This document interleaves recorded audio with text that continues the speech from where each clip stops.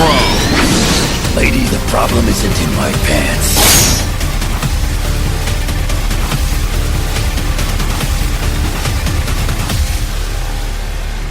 Mex-Men. Have you seen the new Puddle of Mud cover of Nirvana? No, I have not. It's so bad. I was just showing Devin it. It's, oh my god. Like, if you had got punched in the throat and then maybe they just like stabbed you a couple times, you'd probably sound better than this cover. What did they cover? They covered all of Nirvana? Yeah, No. they covered. They dressed up like the band. They just covered Nirvana. They did a news report on them. They did a news report on it. they did About a Girl. This just in. And Nirvana. His voice is I think his name's Wes Gamblin or something like that. That might have been a name I made. Well, West be gambling with those vocals. Yeah. It's so bad, dude. Devin seemed to enjoy it. Well, you really make me want to sings listen as to it. though he's trying to push out a shit, and then he immediately is relieved by the shit he just pushed out. He sings like somebody had just told him he was in Puddle of Mud. But they waited until like halfway through the lyric. Yeah. And one of my favorite parts is that there's 3 other dudes in the band, and one is like just kind of laughing the entire time. Another one refuses to look anywhere but his bongos and just keeps staring at him with his like hair over his face. And the last guy is staring at the singer the entire time like he wants to kill him. Yeah, it makes a lot of sense. So it was like a video? It wasn't an actual, just audio? No, it was a video It was a live performance. with audio. You know. I'll send it okay. to you. You can hear it after this. But yeah, welcome to this issue of Mex-Men. I'm Tony. I'm Justin. I'm Devin. Holy shit. And today we're going to be covering part 1 of The Trial of Jean Grey, which is a crossover between All New X-Men and Guardians of the Galaxy, which also both are written by Brian Michael Bendis. Yeah. Isn't someone else, right? Is someone else contributing the writing? I don't think so. Bendis was writing Guardians at this time, so Oh, I thought I really? kept seeing 4 names on the covers.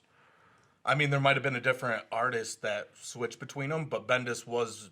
I mean, because this is the arc of Guardians that had Tony Stark at the beginning and then ended with Agent Venom. So yeah, this is definitely because I read the whole Bendis run before, and I read this during my reading of the Bendis run. Oh, okay. I only got the Guardian issues that really tied into this. I think I got a trade of the first like 5. But You'd probably be kind of disappointed because they don't. I mean, yeah, it do does say anything writer with Tony Brian. Stark. yeah. Well, I remember I For got everything. it for that reason.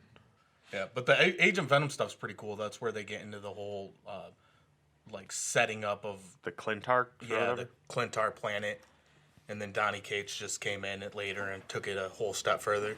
Oh, my bad. What were you saying? 'Cause we kind of talked over you. Oh, I was saying, yeah, it was Bendis. I went back and checked. Bendis he wrote it all. He writted it all. I was about to say that, yeah. And we got some more Von Grawbadger. Von Gronbadger. Von Grawbadger He returned. makes another appearance. Yeah. Gotta love the It's very Gronbadger. rare whenever you see a Von Grawbadger. Well, before we get into it, I want to give a quick shout out to Marvel Unlimited. Fuck you. That's right. This is a negative shout out. They fucked up this the first issue of this so bad. Like, first of all, and this was actually, I remember we're on the books and like the actual printing of the books. And I know, Justin, you gave us the explanation for why, but both All New X-Men, which is the first part of this 6-part crossover, and Guardians of the Galaxy say that they're issue number 1 in the event. My issue with this is that there's only 6, and then the next book is number 3. So one of those is number 2, and one of them is lying. No, all right. And it's Guardians. So this is not Marvel Unlimited's fault. No, this part's not. Yeah, Marvel had numbered them both as number 1 because they take place at the same time, but they still kind of should have did Guardians of the Galaxy number 2 because they go Because it's X-Men released a Guardians, week X-Men later. Guardians. Yeah. And issue 6 is issue 6. It's not. I mean, part 6 is part 6. It's not part 5. Because if you had 2 part 1s, then it would end with 5. So that's just a pet peeve. It kind of makes sense if you got 2 people in first place, then the second place person is third place. Nah, it's gotta be second. No, he's not. Then 'cause they're he's not the third guy. both first. If the 2 first place people tie, The next person is in third. If you're running a they're the race, third person. if you're They're running not a race in third. and you pass that person in second place, what place are you in? What? It's one of those stupid riddles that people use to confuse people. Oh. But no, what I hate about Marvel Unlimited is that for the first, 9 pages, everything is fine, and then they suddenly had a seizure with the page order. Oh, no. The smart paneling. No, not even the smart paneling.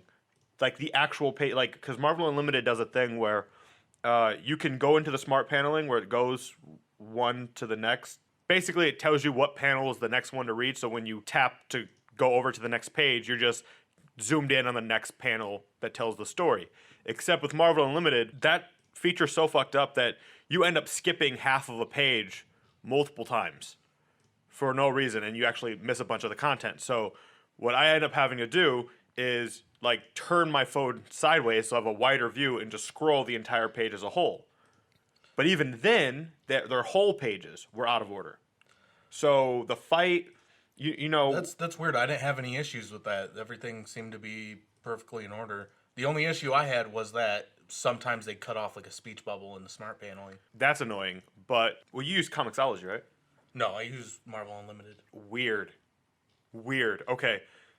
So there's a page where the Shi'ar are attacking the X-Men they're fighting, and then in the next page, they get the alert that something's there. So they haven't even fought yet. Maybe we just didn't notice it. I mean, that could have happened. It is. It's bad. It's bad. Shame on you, Marvel Unlimited. But anyway. You go to your room and sit in the corner of your room because you're in double timeout. You think about what you've done. Sorry. But just speak to him like we're Jean Grey. Oh, man, who's morally all over the place in this. Yeah, a little bit. So, starting with part 1, because it is the part 1, all new X-Men issue 22. What's cool is later we can also move on to part 1. I know. So, it starts with X-23. She's training, and it's sort of like the day in the life of the X-Men really quick. So, X-23's training, and Kitty's watching over that. Beast is working on trying to figure out their timeline of why they can't go back to the past. You just see him in front of a giant chalkboard with the schematics and stuff, but when you read it, you see that he's trying to figure out what's up with the whole Apocalypse verse and where with the timeline from M Day and with Hope and he's trying to get an understanding of the universe as a whole. Yeah, he's got Scott's name hardcore circled. Yeah. And then one of the best parts is that Bobby's just outside rapping and making snow angels. Yeah, he is rapping the lyrics to It's Tricky. So I got to point this out. Apparently, they think the Guardians came first because Guardians comes first in the trade. That's weird because then it would have been... I mean, 'cause it can kind of make sense, but still would be Guardians, X-Men, X-Men, Guardians, X-Men, Guardians. Oh, it's Guardians. Yeah. You're right. Also, the X-Men were literally published first. They came first. It doesn't really matter which one comes first because they take place at the same time. But because of what Tony just said with the release order, they definitely should have switched those around. And also, what's weird, and I don't know why I've noticed this when reading this, but the lyrics to It's Tricky is just him complaining about how difficult everything in his life is. Girls wanting him is upsetting him, and this rap thing is really hard. Yeah, because life is tricky. Yeah, First It's a world double problems, entendre. it's just so weird that it's just it's my life's so difficult, you guys. To talk like this and to have it rhyme, you can't understand the pain I'm going through. It's tricky. I kind of took it as basically if you're reading X-Men, you could skip the Guardians first, and if you're reading Guardians, you can skip the X-Men first. Yeah, maybe they did it that way if you're reading one of them, and then you're like, oh, fuck, I gotta go read X-Men now, and then you gotta cut over to X-Men. Which is kind of weird because normally they're trying to grab all the money they can, but it seemed like that was a way to save you some cash. Or they just want to cripple the aftermarket values and have infighting over what the first issue of the Trial of Jean Grey was, even though no one cares. I like in your scenario how they thought this was gonna be the grand follow-up to like famous X-Men stories. Well, spoilers. This crossover doesn't matter. Like, they make a big deal out of kind of nothing.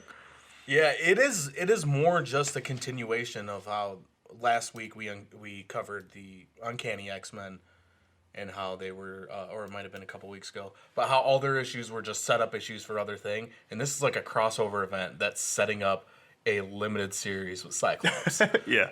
So, anyway, cut to Angel, and he's getting ready to eat a giant hamburger. And, which, I mean, for a converted mutant torture chamber, their cafeteria seems to be pretty well stocked. Yeah, he looks that looked so like some- happy to eat Yeah. that burger. Yeah. And, I think you guys are missing how many chairs and seats there are. They're planning for so many more kids than what they have. sure. Also, they could have just been there. I mean, that was a heavily staffed facility of yeah, people true. torturing mutants. Somebody's cleaning these tables. They're spotless. I just think they're just not in use. Also, her tomato, because I realized she's eating a salad. Her tomato, I thought, was like either like a super bloody piece of meat, like she was eating steak, or it was just dipped in ketchup. That's kind of redundant. Yeah, then you realize it's just a tomato. So I guess technically it just is ketchup itself. Yeah.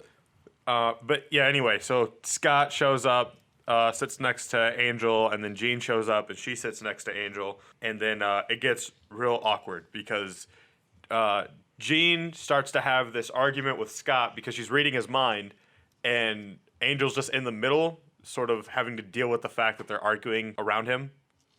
So that leads for some comedic panels. He just wants to enjoy his burger. He's in they're the middle. screaming at each other the whole time. Yeah, she's real like, why don't you just say what you're thinking? And then Scott's like, well, apparently I don't have to because you're just reading my mind without permission. And she's like, well, I can't help what I overhear. Which also, like, you kind of can, because Kitty's been calling her out on that the entire, like, series.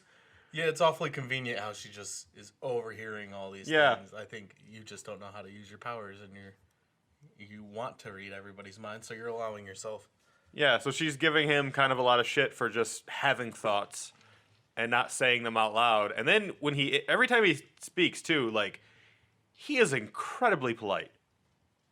Although they draw That's an him, interesting so thing. it looks like he's gonna tear somebody's head off. There is a moment though where he has like such a sour face, like he's got the biggiest pout face, because she's like, and I know, like she says something like, "That's not even fair to think that," and he's like, "Oh, you dug at me." The way that they draw it too, like how he's saying one part, it's like he's saying it through his teeth, because she says, "Just say what you want to say," and he's like, "Obviously, I don't have to because you're inside my head without permission." Yeah.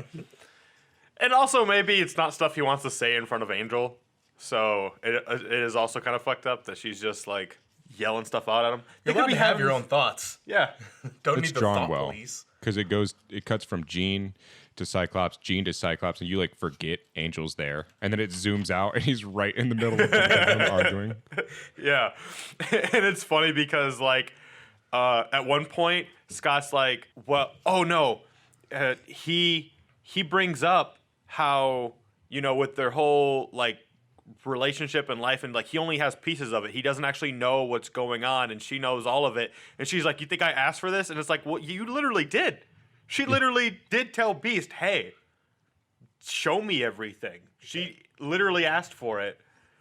And then she's like, well, what do you want to know? And he's like, you know what, I don't even want to know. I don't want to be a part of that. I just want to know that you're okay. And then Angel's like, I'm okay. Like just chiming in. I like how they're not supposed to know anything, and Beast is like, here, know your whole future. Know Oh. everything, and then goes back to being like that guy who. Because is Beast like is the such a time creep. police. Because he's also the guy who's like, man, I wish I would have like tried to bang you when I was younger.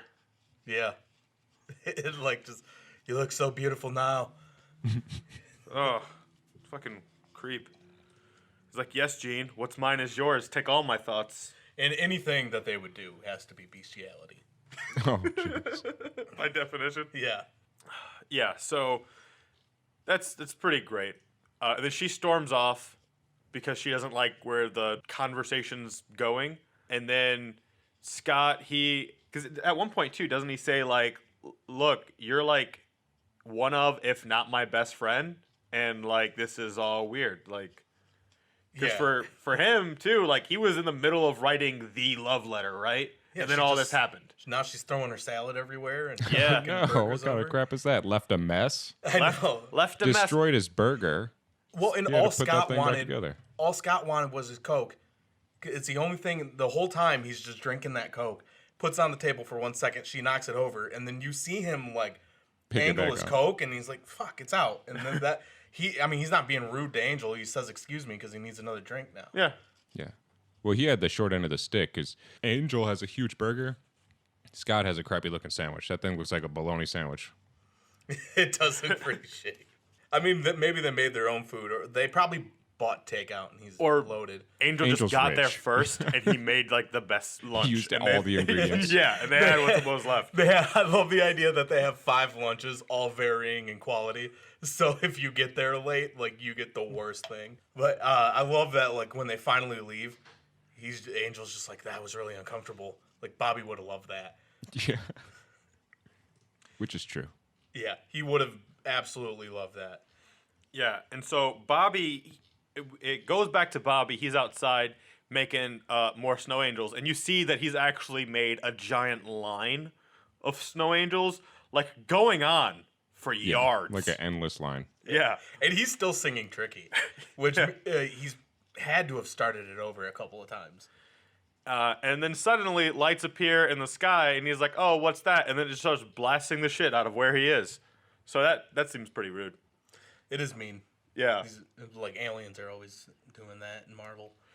What's also weird though is like, all right, so you know they're coming to do a dickish thing, but Because when they land, they say we're here to do that dickish thing. well, they're saying it in a different language, so you don't know what the fuck they're saying. Although later, everyone's speaking English. What the shit's up with that? No, it's certain ones are speaking English. There's still some that are speaking Shi'ar. Yeah, I don't know about that. I do. I just read it. I don't know about that. The Imperial Justin, Guard back me speak up on English. that. Yeah, the it's- Imperial Guard speak English. It's just the Shi'ar, like the actual scientists and crap, only speak their language.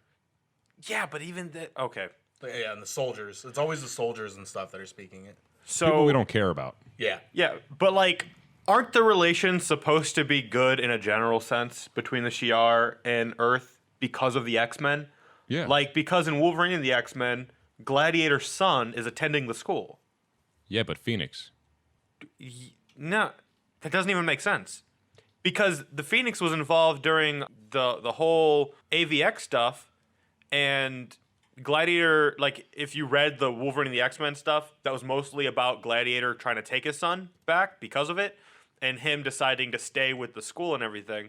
And he fought his own dad so that he could stay with the mutants, and it turned out to not really even matter. Not like But Jean Grey Phoenix. I get that. I'm just saying, like, this seems rude that the minute they see a mutant, they just start firing on him. Because they were buds with the X-Men. Lalandra was dating Xavier when they put Jean Grey on trial the first time. Yeah, They don't care. Long distance, They were doing it. What do you mean? just psychically. No. It's still a long distance relationship if you visit each other. Yeah, and I mean, like, if we've learned anything from Scott and Emma, it psychically doesn't count. I mean, He until was it does. visiting. He was helping him use his legs, all 3. No, she was All getting. three. She was Don't getting. you compliment Xavier like that? She was getting tired of him not being able to use his legs, He's got a bald little baby dick. and then broke up with him. I remember that very specifically.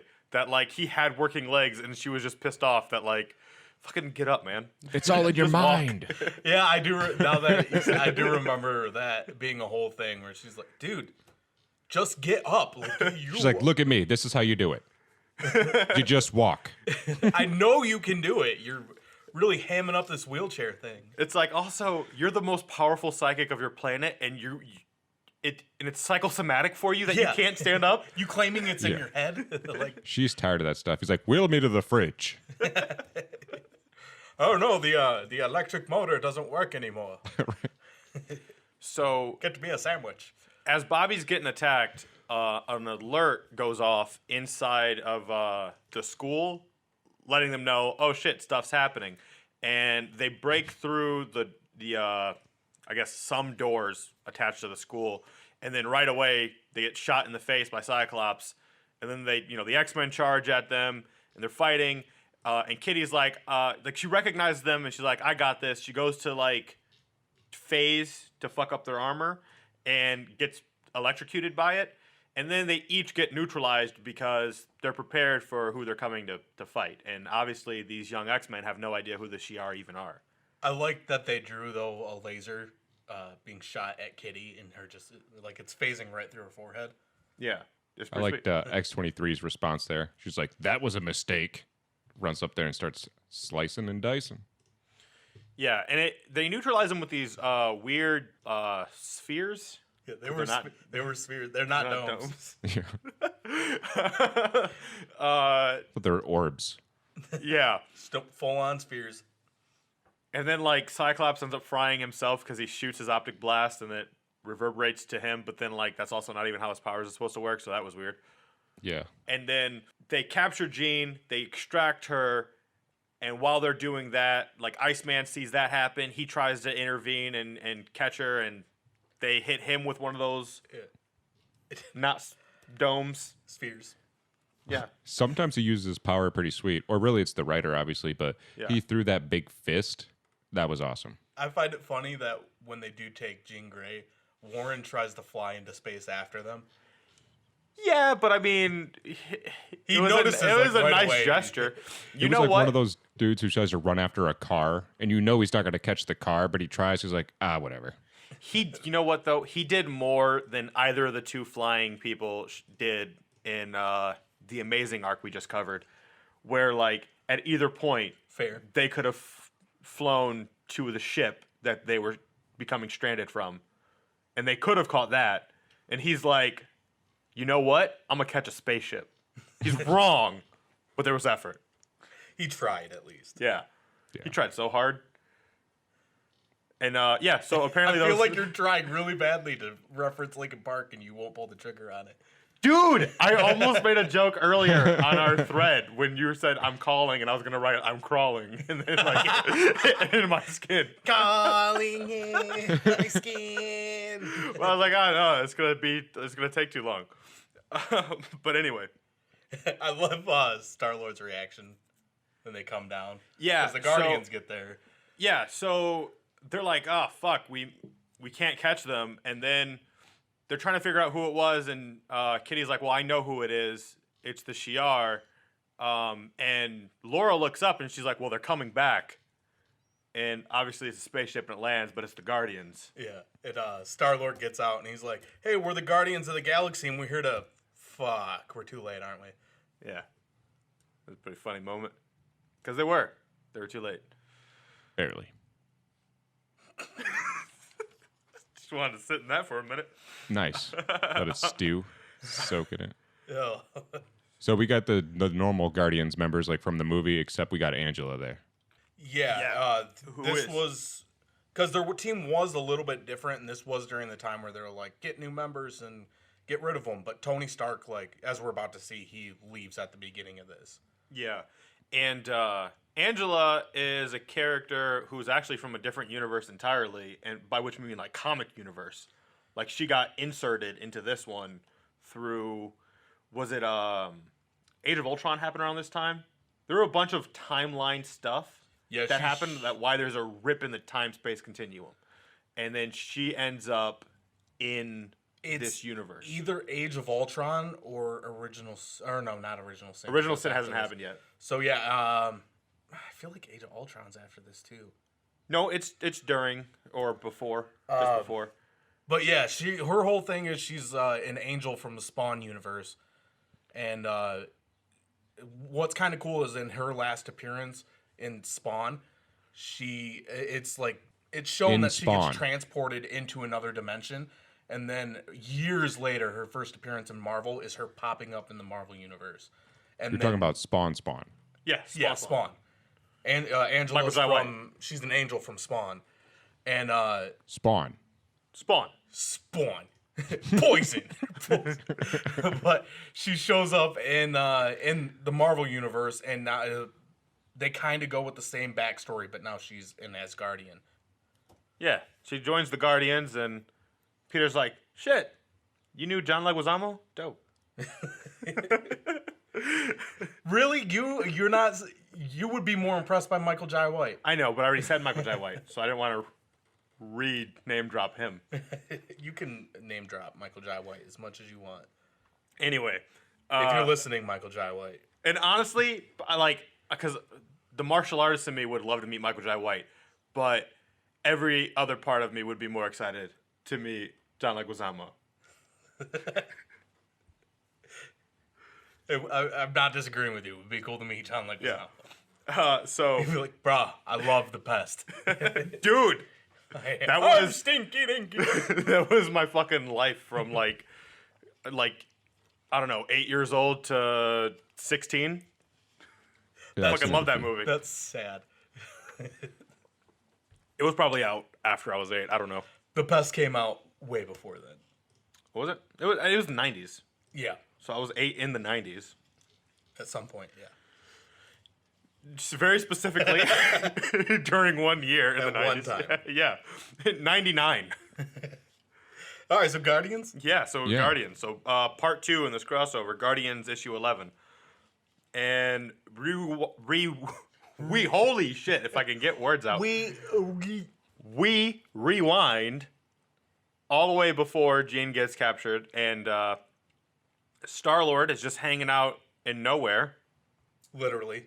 Literally, yeah, that planet on the edge of galactic existence. Yeah, that's, I believe, is the head of a dead celestial. Yeah. Yeah. Which I Thanks for backing me up, guys. which I like that it's spelt no as in like you know. Yeah. Well, isn't... KNO. Yeah. Yeah. But I was thinking... Isn't nowhere in general spelled that way? I don't think so, I because thought so. nowhere is meant to be no place. Yeah. Yeah. So it's NO. But this is KNOW. So, Probably, it depends on your culture. so I just like it's the head of a dead celestial and It's it no. knows. Yeah. Exactly. Yeah. It's a pun. Yes. I appreciate puns, man, especially when they're subtle like that. Big fan. Yeah. So Star-Lord's there chilling, looking at some tentacle head chick trying to get down. She Yes. gives him the eye back, so I'm supposed to call him that. That's probably going to happen. Yeah. Chick? They don't go by that anymore. Tentacle head. Oh. That's like calling you skin face. Well, it's true. I got skin on my And you face. got It's face. rude to point it out though. So, yeah. Anyway, talking about rude and offensive, Gamora shows up. How's she rude? Whoa. Well, I guess she's rude all the time. No. I mean this depiction of Gamora. Oh, Holy yeah, fuck. yeah, yeah. Like, Hey man, she is comfortable in her body. well, first of all, someone else is comfortable in her body right now. Yeah. And secondly, that is barely clothing. That looks like a belt cut into the shape of a V. You know that's a dude scroll. Probably. Because because spoilers, it is a Skrull that he's talking to. We haven't even got to the conversation yet. But when they do show Gamora later, she could not be wearing more clothes. Yeah. Right? Is the I thought exact that opposite. too. When I first read this and I saw her, I was like, why is she wearing that? This seems a little out of character. A man definitely drew that. We Oh, know of course. this. Yeah. But it's sort of like, can you imagine trying to defend comics to like someone who says that they're sexist and like misogynistic and all that stuff? Like the same, like the general argument, you know, throwing over anything that like guys like in a stereotype, like video games or comics, Yeah. that like they objectify women, and you're like, no, you're like, here are all these powerful female characters and whatever, but like the next page you turn to is that picture of Gamora, and it's like, well, Could you imagine being the meeting with Zoe Saldana, where they so your costume's gonna be a V. well, they're like, all Like right, a so we V-neck? cast No, you, just a V. We're casting you as Gamora, and she like gets out her phone. She's like, all right, Gamora looks at. I am not fucking wearing that. Which is- no, we're gonna put you in clothes. We're not just gonna give you some spare leather and hope it covers everything. Didn't wasn't that along the lines of what happened with Scarlet Witch. Scarlet Witch? Yeah, pretty much. Cause Joss Whedon told her like, just so you know, when you go home and Google Scarlet Witch, you're never gonna have to wear that costume. I just want you to know that. But and like, then if you see the new trailer, she's wearing that costume. yeah, Yeah, she is wearing and the also, costume. but the it's irony more is covering, that costume is nowhere near as bad. yeah, it is. It is a more covering version of it. No, I mean in general, like the Scarlet Witch costume compared to that Oh, Gamora yeah, yeah. suit. Oh, yeah. She's a nun. It also depends on who's drawing it. Like Frank Cho, if Frank Cho's drawing it, then Oh, tits are showing. yeah. Kind of. Oh yeah. You know, parts of it at least. What about Greg Land? Well, he's just drawing porn stars, you know? Yeah. So, yeah, anyway, Peter Quill's talking to what is assumed to be Gamora, and he's like, so what are you doing out here being all wanted? Because she's also like, what's a wanted man hiding in Listening to the Bon Jovi. the one place? Like, because apparently all the Guardians are wanted, which makes this whole conversation kind of weird. They're not wanted, But they're always also. no, but They're also always. they're not wanted. It's specifically Peter Quill because I like I said, I've read this this Guardians arc, and Because his dad, Jason. Jason. I thought Gamora was wanted too. I don't remember that if she's specifically wanted. I know the reason that Star-Lord is wanted is because I don't know if you guys know the origins of the name Star-Lord, where that comes from in the comics. He's the Lord of the Stars. No, sort of. It's Spartax for like Prince, Yeah. and Jason is obviously the king. He wants You're mispronouncing it, and that is blasphemous to an entire species. Jason. Jason? Alright. So he wants Peter to take over as the king, and he does not want that. So he took off, and that's why he's wanted, Yeah. because he doesn't want to hang out with his dad anymore. Yeah. Mostly because his dad insists on him calling him Jason. Yeah, he's Jesus. I know. Anyway, so Sir, we got that dead horse you ordered. You want to hit it a couple more times?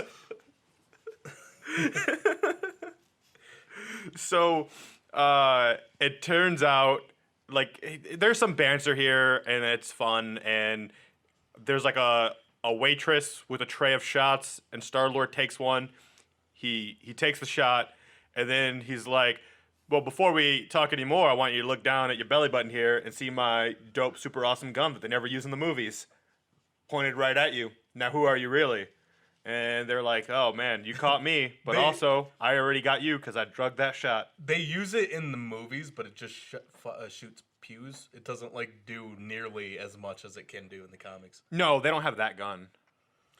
That's a very specific, the element gun is a very specific thing. Yeah. He I know about that. He has two like weird like plasma pistol things in the movies. The pews. Yeah. But you Because he said has it, those guns in the comics too. now you said it was a waitress that gave him shots. I'm pretty sure it's just a circulatory system, because it's like it's just like veins and stuff, and like a brain that gives him the funny. shots. Yeah. I mean, it could be all right. So maybe waiter or maybe genderless. Who knows? That wasn't the point I was making. So anyway, this version of Gamora that's not actually Gamora is like, all right, now I got you, and I'm gonna go like collect this bounty on you, and goes to steal him away. Meanwhile, on the Guardians, well, not even the Guardian ship. He has a pretty dope line at that part too, when he's got the gun aimed at her. Yeah. Or him, whatever the skull is. It's a her. Is it? It is. but- Yeah, Gamora calls it a her. When he says, because he's got the elemental gun to her, and he says, "Have you ever been struck by lightning? Because I heard you never really recover from it." Yeah. Well, the whole thing is pretty sweet. Yeah, that's when he's like, "Oh fuck, you're a Skrull, aren't you?" Yeah, and then he realizes he's drugged. So, anyway, meanwhile, at the Legion of Doom, there's like a galactic council of king douches. Was that the tribunal? No, not the tribunal. Are you? We're not getting your picture on the. Yeah, I thing. turned it off because my recording, the Pro Tools was messing up over here. You haven't talked okay. for a while, so I thought Yeah, we just wanted to make sure I you're thought there. it hung up on you. No, I've been having some computer errors over here. Okay. So anyway, there's like they don't really name it, but it's like a galactic council of all the monarchs of the different It's the races. Illuminati. there's like the Brood, there's like the Badoon, the Spartax with Jason. You're way too into that. There's The head potato guy. well, that's the Supreme Intelligence. He's a potato. He's got tubers on him. He's the Supreme Intelligence. Well, Yeah, show the some Supreme respect. Intelligence is a potato man. At one point, Jason is like, well, please share your Supreme Intelligence with us, Supreme Intelligence. They do the thing. They do that a few times. The thing. It also looks like there's a Brood that's like just kind of on a rock, but at first glance it looks like it's half rock. Yeah. Well, because they do look like half turds. And when you think about it, turds kind of look like rocks, but I thought you were going to say the Mushier. turd's rock. yeah. So, anyway, they're like, oh, well, why'd you bring us here? Because they assume that the king of Spartax is the one who got them all together. And he's like, it wasn't me. I don't want to ever see you guys. And Gladiator's like, nah, it was me. There's this teenage girl. We're planning to go kidnap her. I know we all said, like, we weren't going to fuck with Earth, but, like, I really want to do this, you know? So, is that cool? No. And they're like, yeah, sure. I have some design issues with the Supreme Intelligence. Not the potato thing. I'm fine Okay. with the potato thing. But, all right, it has 4 eyes. And they want to draw it so it has, like, a real strong eyebrow. But the first eyebrows that are over the first eyes would be covering, like, the second eye's field of view. Yeah, he's got terrible peripheral vision from the top 2 eyes. But he's got 4 eyes, so he doesn't need ultimate peripheral from all 4. They make up for each other. Well, if you're the Supreme Intelligence, why do you need any eyes? You already know. They're just for show, man. It's like everything. fashion. He's got fashion eyes. Fashion. It's spelled like Yeah. that. I liked how he was smart, though, because they were talking about bringing Jean Grey from the past. Jason was talking like, oh, they brought Jean Grey from the past. You know, the Phoenix. She blows up planets. Yeah. Why would they do a thing like that? And he was just nostalgia, Yeah, no, he cut to the chase. And then... which is true for and- even, like, why the writers did it. yeah, which was great. Why everyone did it. Beast, the writers. Beast did it because the genocide. Well, Beast did it for Jean. anyway, Gene. Gladiator is all like, because they're children and they're spoiled and selfish and they break everything. And they even bring up, like, is this the reason why there's a giant temporal rift going on in time space? And they're like, nah. I mean, it didn't help. No. But this ain't it. That's something It's else. not that important. Nah, that ain't me. And yeah, you find out that there is really no reason. Like, the Shi'ar is gonna come and kidnap Jean, but like they have no reason other than because she became the Phoenix and destroyed a system. And when Yeah. you think about it, they still only ever blew up that one Shi'ar ship. No, she ate the star, which Yeah, destroyed the planet. Yeah, she destroyed No, the no, she planet. destroyed a planet, but that wasn't a Shi'ar planet. No, it wasn't a Shi'ar planet. They didn't even. The ship wasn't a Shi'ar ship. Yeah, it was. It was a Shi'ar battlecruiser. Yeah, well, but they had members of the one race on there. I'm just saying, think about like 2 countries, right? They eventually go to war, but they go to war because decades before, a scout boat or something of theirs gets blown up in an attack of like not even a neighboring country, but some other country. And they're like, well, because our boat got blown up and your attack from that, we're going to like fuck with you now. But also decades later, after that matter was like resolved. I can Because see she that. never Yeah. got I can totally see a country doing that. she never got punished for that, and it's not really because they blew. I mean, yeah, they blew up the ship, and they would still want to punish her for it. It's like if somebody from another country blew up a whole nother country. We're not just gonna be like, it's not our country. Well, and I think they just want to make a big show to say that they killed the person who did this Oh, because yeah, like, Gladiator is all for that. yeah, they don't give 2 shits about whether she's guilty or not. They keep on justifying it like, but it's her. You're like, yeah, but she Yeah. didn't do it yet. And he's like, still her. Doesn't Yeah, matter if Mostly she doesn't. Gladiator, who's saying that kind of crap, because even the Supreme Intelligence is like, she didn't commit these crimes yet, and Gladiator has a smirk on his face, like the crimes were committed. Hey, we come to find out some fucked up shit about Gladiator, frankly. Every time any yeah, that's- gladiators in anything, he's kind of being an asshole. He's always like a villain of every arc, but he's like supposed to be a good guy. Yeah. Anyway, we cut to the the Guardian ship, and there's a hologram of Tony Stark, and he's kind of just breaking up with the Guardians. Yeah, he's like, thanks for having me aboard. I stole your stuff. Bye. Which is funny because he's like, he thinks he's leaving a pre-recorded message, and he even says like, "Coming at you live," but he thinks it's recording, and he screws up, so he tries to do it over, and Rocket's just like, this isn't a recording. You really are live. We're watching you. And he's like, so are you not gonna? You stole my tech, and you're not gonna give it back? And Tony's like, well, I mean, if FedEx went to space, but they don't, and then he's like. Starts to get heartfelt, like I really did enjoy the time, and then Rocket just cuts him off. He's like just fuck this guy. Yeah. Just showing that raccoons don't care about people. Yeah, and then there is one messed up panel, or I don't know if it is, because how they make this, they show Rocket shut off the whole message, and then they show Tony Stark as like a hologram, and he's like, what? Yeah. I don't see that. Continuity errors, I guess. Marvel Unlimited suck. He sounds so upset. I think that has to do with the shaping of the panels, because he says what to when Rocket's like, we're watching you right now, right? No, What? that is the part. All right, because he says, we're watching you right now, right? And if you're using smart paneling, it skips that what, and then it shows it after the whole page. Yeah, because smart paneling sucks. Yeah, smart paneling. Because Marvel Unlimited, fix your shit. Yeah, you use a real book, you won't have that problem.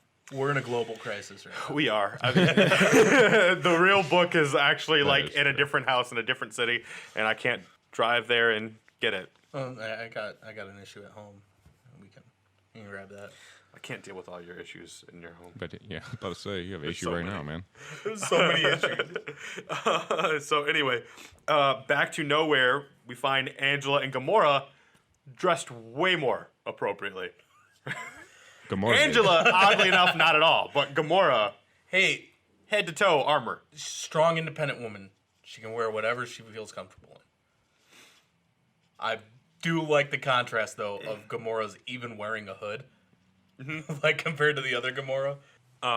Yeah, and they're like just in like a marketplace there, and they see, like Gamora sees herself, but obviously skimpier, carrying Peter, and is like, no way I'm gonna let him even remotely think he banged me. And she goes over, and they intercept that Gamora, knowing that it's like a scroll or whatever, or at least some shapeshifter. And Angela blocked, like the scroll shoots at them. Angela blocks it, and the laser like bounces back and hits the scroll. And then just as Gamora's like wanting to capture and question like who it is and what they're doing, Angela just cuts their head off. Yep. Angela gets shit done. Yeah. She's like Frank Castle. No time to talk. She just gets shit done. So like, I guess that was a scroll, and she was a bounty hunter trying to collect Peter. Yeah, Yeah, she just put all the pieces together. Like, we don't need to question her. We already know. Yeah, it's pretty simple. Like, she would have just lied to you and upset you. I don't like wasting time. And then we move to some stuff that, like, I guess is pretty integral to the Guardians stuff, which we didn't read. Oh, Yeah, but I want to before add that, Yeah, you can go ahead, Justin. yeah, I know what you're gonna say. Angela kills that scroll, and Gamora's not really happy about it. She's Yeah. like, I see that I have perturbed you. As her killer, this bounty is mine. I present you her ship. It is now yours. And She's like, "Thanks." thank you. That's a true Asgardian. Even though she's from heaven. Yeah. That's similar. Well, it's Asgardian heaven, but she's like cut off from Thor and stuff. Right. But she acts just like Thor. So, anyway, they all eventually end up together because Guardians, on their ship, flying in space. I'm Groot. And Rocket's like, hey guys, I've intercepted a message, like transmissions from the Badoon, because of course I did, because they suck and we want to know what they're doing all the time. So I hacked their system or whatever and bugged it, but also they say a bunch of nonsense and stupid stuff. So I kind of just wrote a program to only pick out important things, and an important thing happened. You know what the Phoenix is? Because apparently there's an issue with that. Has it been important? And a girl named Jean on Earth is gonna get kidnapped by the Shi'ar, but it's Earth stuff. So are we getting involved in this? kind of thing. And this is the moment where Peter decides, yeah, we're going to do that. Yeah, let's do it. So I guess a lot of the setup for why they even have that in place would be in the Guardians books. Well, that and just like Peter knows his dad's involved with it, so he feels obligated to get involved. Yeah, because anything his dad does, he does the opposite, which is weird because like we know objectively that he's a piece of shit. Yeah. No, not just Peter, although kind of objectively, but Jason, that he's a terrible, terrible, evil dictator of a person. But actually, in this crossover, he's just right all the time. Like it's like the weirdest thing. He doesn't do anything bad in this. He's playing Well, everybody. it was for his Oh, own I know. reasons. He was Yeah. manipulative. Yeah, he's because at first he's pretty cool with them taking Jean, and then as soon as they do, he's like, no. Yeah, pretty much. Yeah, so even though he's right, he doesn't really think that. He's But- just saying that. Even in that council though, right? Like, 'cause he's cool with it. Like, I don't know that he's cool with it. He's more like whatever, but he does argue. He's the one who argues on the behalf of Jean, mostly to annoy Gladiator, Yeah. to just point out that like, well, look who's being a dick now. This seems like a dickish thing you're doing, and then later he shows back up. But Yeah, well, and I mean, this is right when they're Peter's getting to know everything about Jason. I don't think he knew his dad until the first issue of this run. So His dad's a we're still planet, getting right? familiar with his character. no, his dad's not a planet. No, it's not Ego. That's a thing. Kurt Russell. That's one of the it's not things David that Hasselhoff. the movies do just get wrong. They do whatever they They want. intentionally did that different because they had a whole mystery of who is his dad, and everybody's like, Jason, and he's like, no, It's a planet. Bet you would have never guessed a planet. it's a whole fuck off planet. Oh, fuck off planet. Yeah. So they decide, yeah, we're gonna go. And they go. And there's a nice, because they realize like, all right, so where are we going? And they're like, Canada. And I'm like, what's Canada? And Star-Lord's like, oh, you'll love it, Gamora. It's cold and it's a cold and distant land. You fit right in.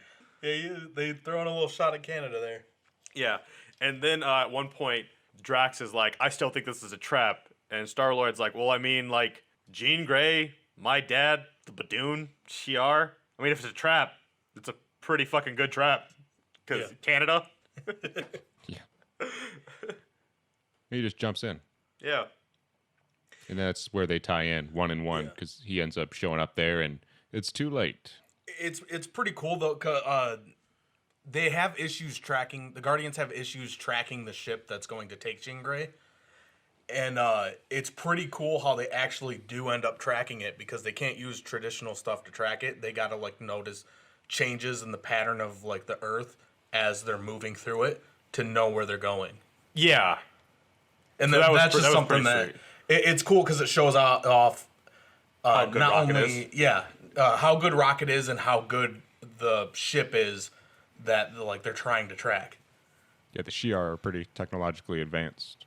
Yeah, and That's Danger, right? Danger is Shi'ar, the Danger Room. Yeah.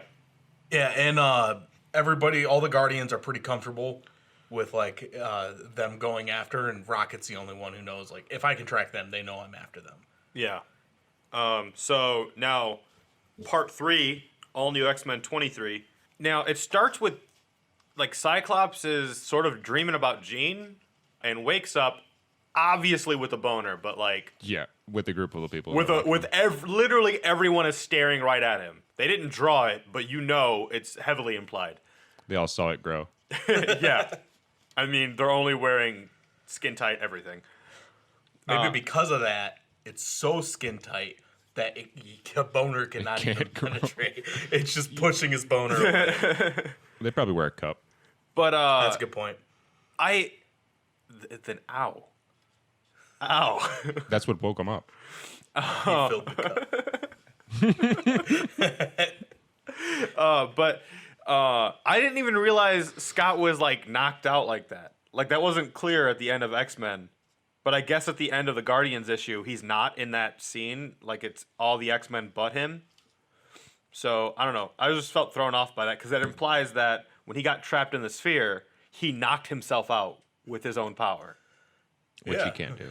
which he can't do. Well, Like, or maybe like they ran Went out to of bed. oxygen and he passed out. just got tuckered He out. went night night. No, but the spheres Look at the disintegrate. fella. They disintegrated. They let all of them out. Like you see in the panel that they like kind of like dissipate at the bottom and they fall out. Maybe he hit his head when it fell out. I don't know. Maybe that's always happening. He's got a long history of falling out of Concussions. things and landing on his head.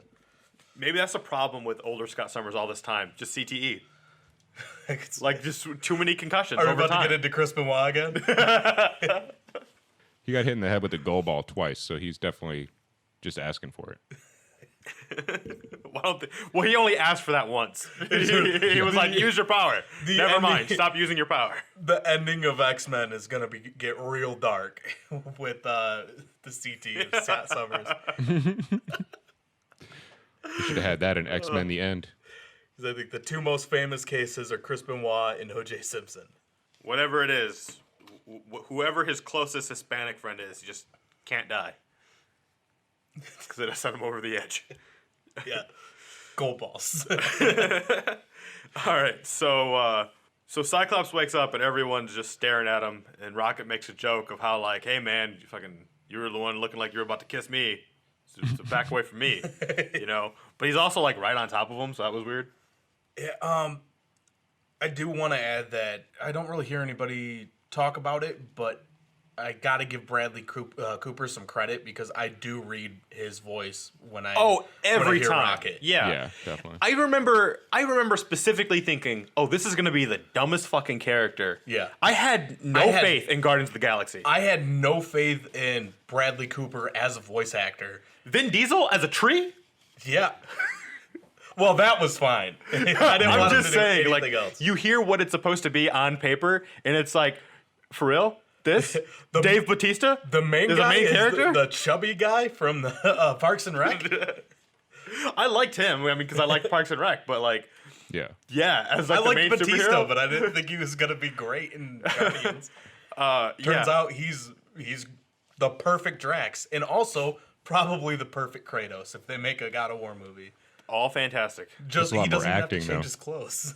Just wear the Drax shit. By the way, have you watched What We Do in the Shadows yet?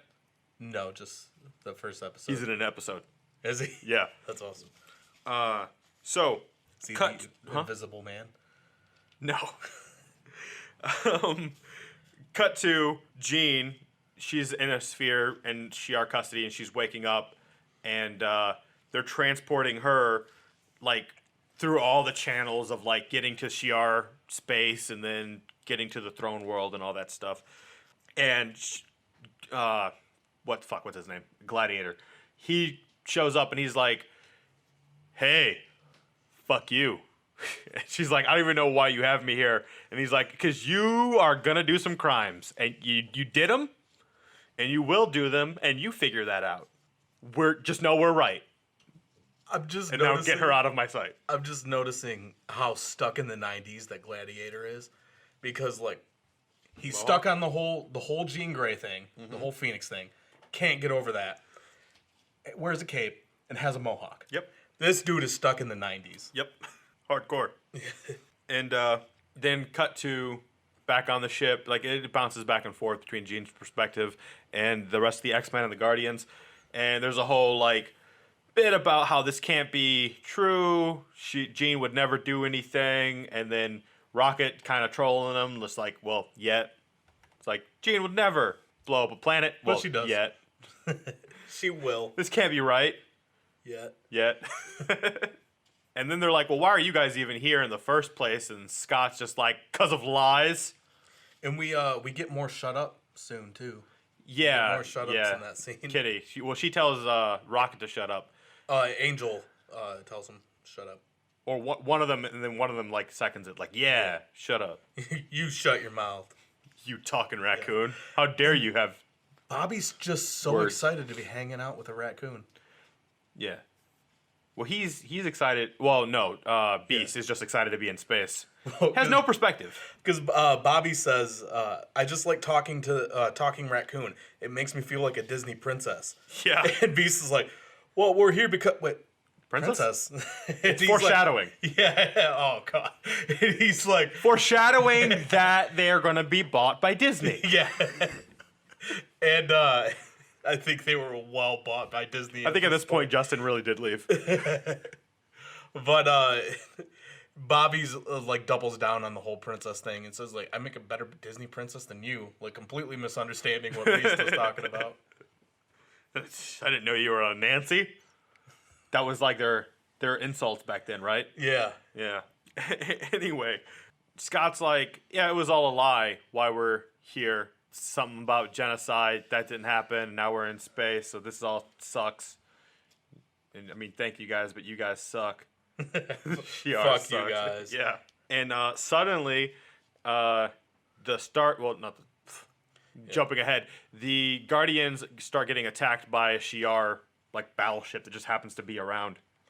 Yeah, and Bobby does learn that Rocket does not like being called a raccoon. Yeah, it's like, oh, you're not an R word, and then Beast just goes ahead and says it. Yeah. So you're not a raccoon. A raccoon who's not a raccoon. It's crazy. It's offensive. And then cut to Jean. She meets Oracle for the first time. Just shows up in her head and is like, hey, so you're a criminal and you're being tried. She starts to explain kind of what's going on. And she's like, so you need to calm down because you're not helping yourself being upset right now. And Jean's just sort of like, you're aliens who kidnapped me. I'm kind of upset. I can't am help calm. it. If I know anything about women, it's that they completely calm down when you tell them to. They don't get upset about that at all. Not at all. And so the Guardians on their ship, again, still being attacked by the Shi'ar, they decide that they're going to launch an attack themselves, mainly being that Angela and Drax and Gamora are just going to jump outside and like fucking fist fight a battleship. And That's how you do it. Laura's like, let me at him. And they're like, nah, but we like that you're scrappy. You stay here. I think Angela might be able to fist fight a battleship. Maybe. Like, she's pretty strong. But it ends up being pointless anyway because the fucking Starjammer shows up and they're like, hey guys, need more space pirates? Cause PewPewPew, we saved you. Exact lines. He says, Yeah. No, That should be how you answer like anything. Because pew pew pew. And Scott overhears Peter, call someone Summers, and he's like, huh? That's my last name. That's not a common last name. And Peter's like, hey, I think there's someone here who wants to talk to you. And then Corsair introduces his full ass name, and Scott's like, Daddy? Exactly. I got to point out the art whenever Oracle's talking to Jean Grey is pretty dope. Yeah. Because she's all like surrounded in black and then she keeps fading out. Yeah, she takes her into sort of like a mental prison on top of being an actual prison. It's fucking redundant, but cool. I also like the panel. I think it looks really cool. If it just half of Cyclops' visor. Oh, when yeah. they say, like, this is Major Christopher Summers, USAP. Who am I talking to? Yeah, and he apparently fucking faints, and you'll find out why in the next episode. Of That was parts Mex-Men. 1 through 3. Yeah, we had a lot of fun here.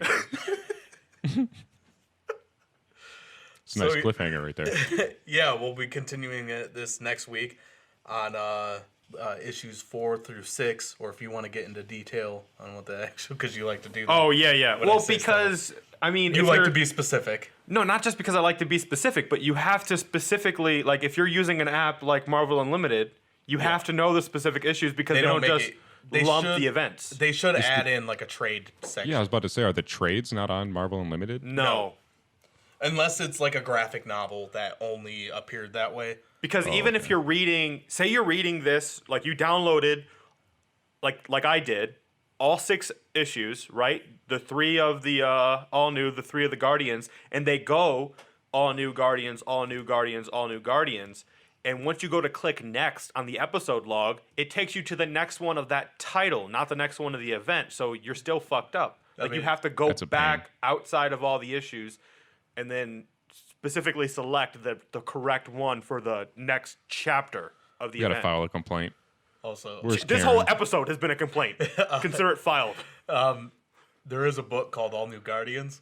Yeah. So, I mean, you can read those in order. You know what you could also do is go like our social media, our Facebook, our Twitter, our Instagram. Everything is at Mex-Men Podcast. Also, we have stuff available for sale via TeePublic. Search Mex-Men on TeePublic and buy stuff that has our stuff on it. Yeah, if you'd Tons of like, stuff. we have T-shirts, we have baseball shirts, we have other kinds of T-shirts, we have more T-shirts, T-shirts for little kids, T-shirts for T-shirts girls, for bigger T-shirts for kids. women. T-shirts for big kids. I mean, you're probably buying adult sizes because they're that, fat or whatever. Just don't tell them. Tell them it's just, these are the big kids shirts. Sweatshirts, zip up hoodies. It's They stickers. don't have hats. They need hats. We do need hats on there. We do have laptop cases and Yeah. phone cases. They Phone thought of that cases. before a hat. Mugs. Yeah. Ones that are both travel and ones that are apparently stationary. Stationary. Yeah. Stationary mug. You can't move this goddamn mug. I have no idea how they ship it to It you. is Molnir and you are unworthy. No, That's no. how these mugs just work. trying to. I just want my coffee. You have to kneel down to sip the coffee off the top. Like a kitten. Yeah, you need lap a it up. straw. That would be Oh, yeah, probably a true. smarter way. A giant straw. You're smart. And it's the last straw. I mean, it is a miracle that it ships to you. Yes. Only Magneto could lift this with his powers. It's ceramic. It's ceramic, yeah. Not even Magneto could lift it He with lifts his the powers. table. Yeah, Okay. he wish he could lift it with his powers. Yeah, that was this issue of Mex-Men, and that's for today.